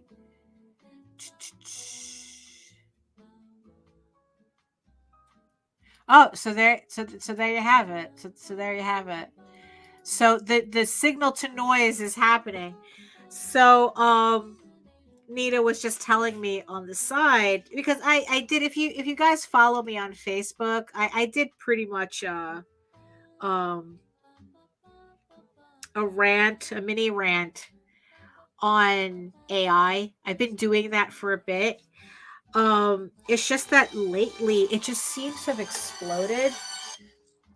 I don't want to get into a discussion about AI, because I've done it so much already.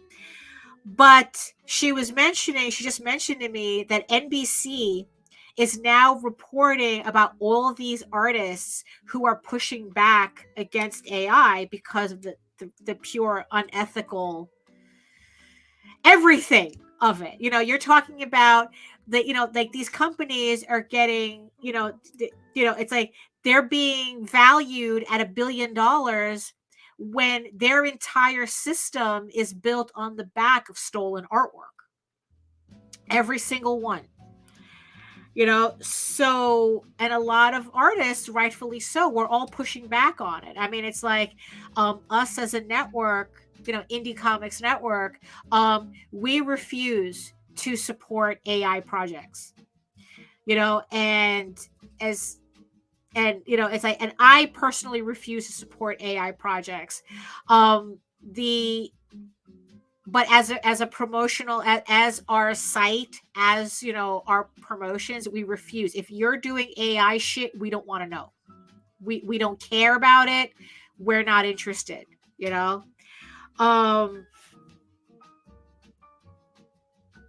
And the thing that annoys me, that I really resent about this whole discourse, is that AI really looked like a promising tool, you know, for artists to use. You know, it's like I was looking forward to using it as a tool to help me with my layouts, because there's only so much Google search I can do for very specific things. And it's just completely unacceptable as to what I'm seeing, you know. And there is like no ethical way of using AI. You know, there really isn't. As it stands right now, there is no ethical way. It's built on stolen artwork. It's built on non-consent, you know, and no, I refuse to feed the beast, you know. And it's like, look, and here's the thing too. I've seen people playing around with it, just like, oh, let me break the algorithm. It's like, congratulations, you just uploaded your artwork to the AI for it to use. Even if you were just trying to prove a point, you just gave that AI permission to use your shit. You know, and I'm kind of happy to hear that NBC at least is beginning to report on this. They're not accepting, they're not just accepting AI blindly. You know, so because I think way too many people are doing that.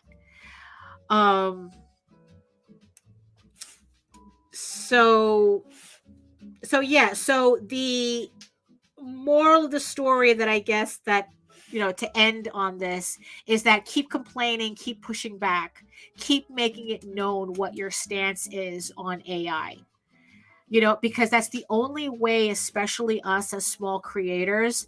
Like, I'm not concerned, like, me personally, like, AI cannot do what I'm doing. You know, I mean, me personally, it's like, look, I'm still going to be doing this no matter what, you know.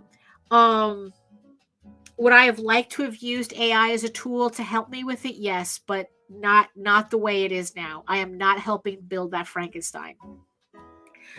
You know, but the thing is, though, is like, we do need to push back.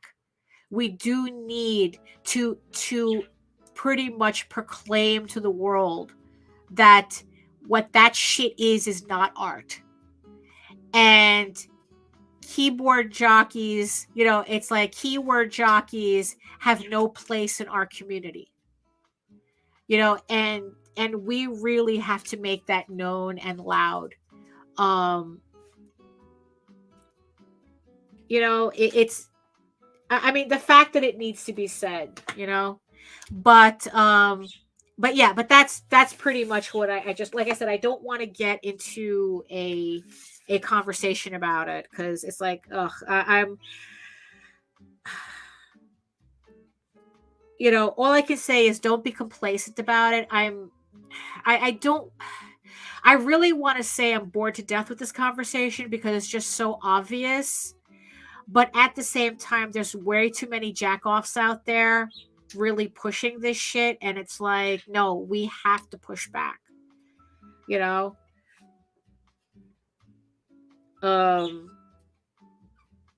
That's all I pretty much got right now. Like I said, you can go to my Facebook, and you can read the thing that I posted there about it.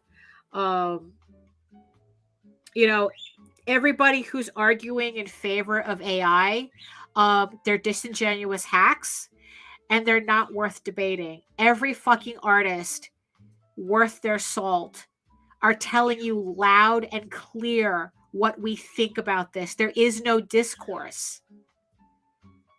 Artists don't like this shit. You know, the only people who are bending over backwards to defend these billionaire companies are hacks who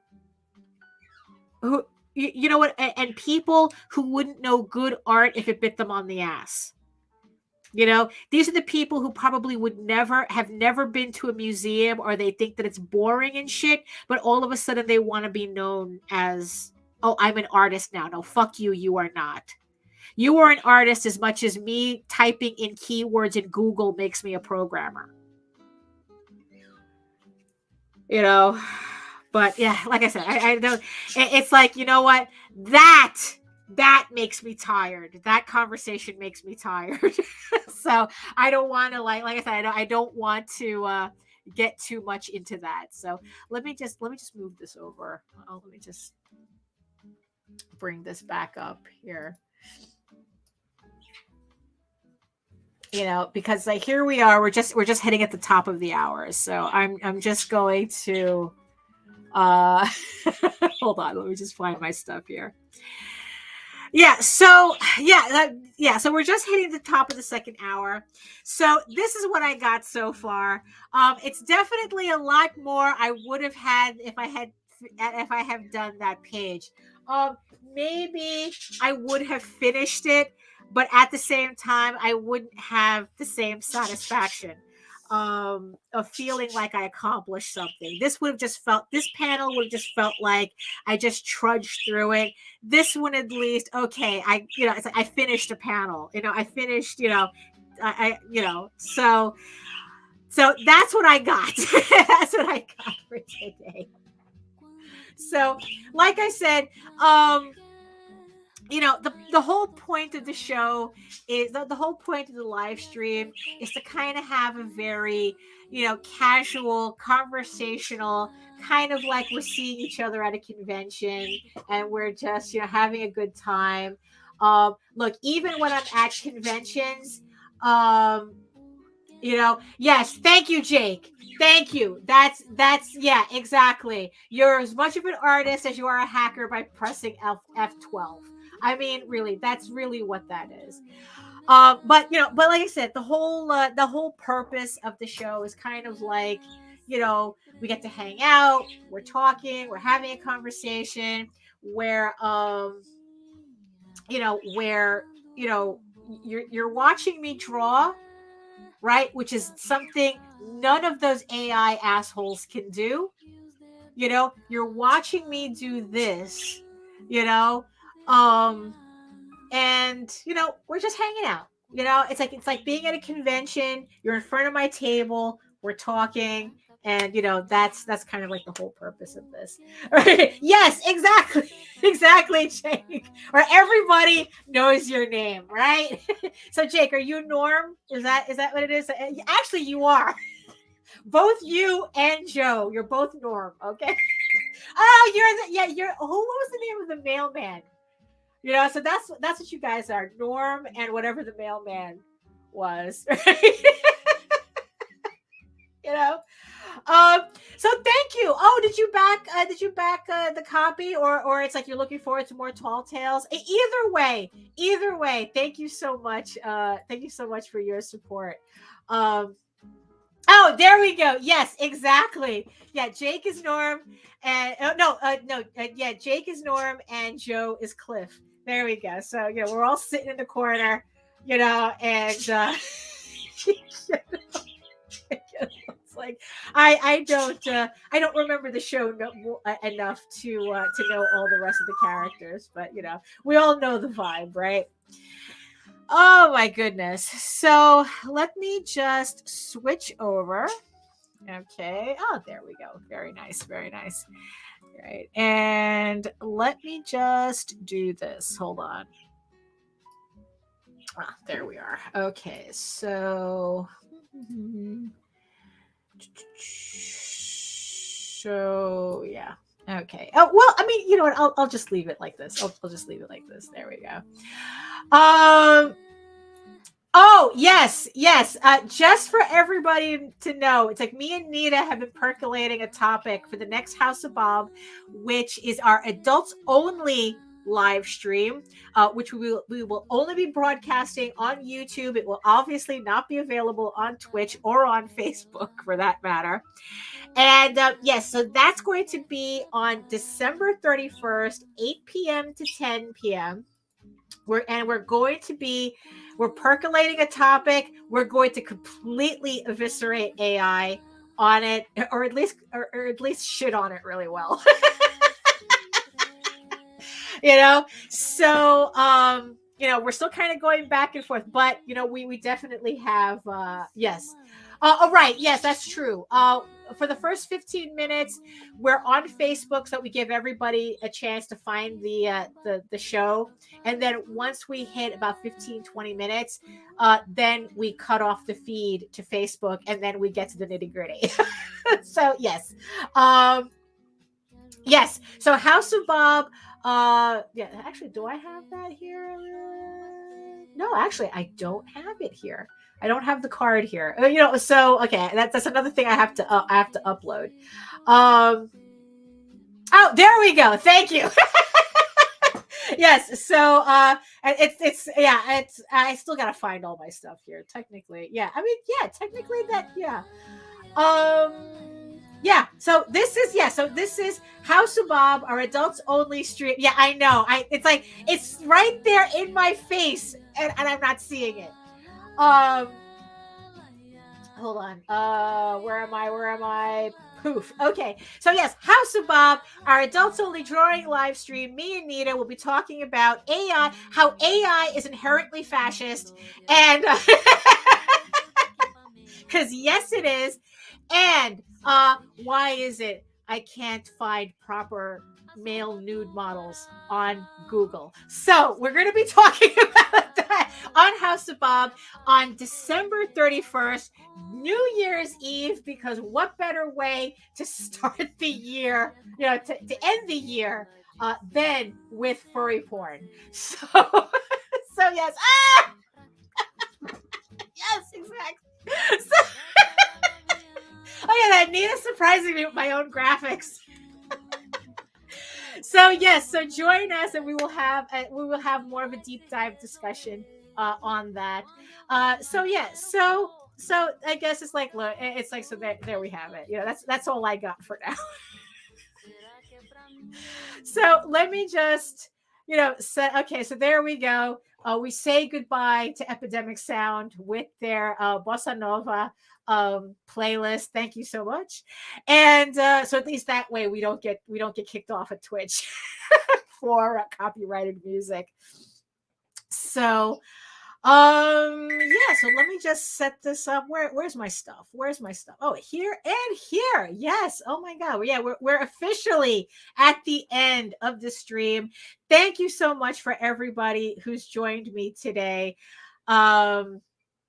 Thank you, everybody in the chat. Allison, Jake, Joe, Daniel, Nita, who's watching the VIP room. Just everybody who joined us today. Larry popped in. Hello. Jay, thank you so much. And also thank you to the 9 people who are watching me right now, who are still watching me at the end of the show. I am all discombobulated right now. Oh my goodness. So yeah, so look, you see, we made it through. I almost didn't have a show, but I pushed through just for you guys, and also because my OCD wouldn't let me not have a video on Twitch. So so again, thank you so much for joining me. Catch me on Friday with Nita, where we close out Ego Raven, Air the First Unicorn for 2023, the absolute last campaign of the year for me. So yes, and I will be giving away some really, really cool items, some hardcovers, some original artwork. We're going all the way with this raffle. So all you have to do is go to the Ego Raven campaign, link in the show notes below, and pledge to a physical level so that you will get added to the wheel, and you can try to win one of these prizes to help celebrate the end of a campaign and a very long year. So thank you, everybody. Like I said, everything's in the show notes. So that's pretty much it for me. So thank you so much for joining me, and And yeah, and on that note, I'll see you guys later. So, bye. Are you not entertained? Are you not entertained? Is this not why you are here?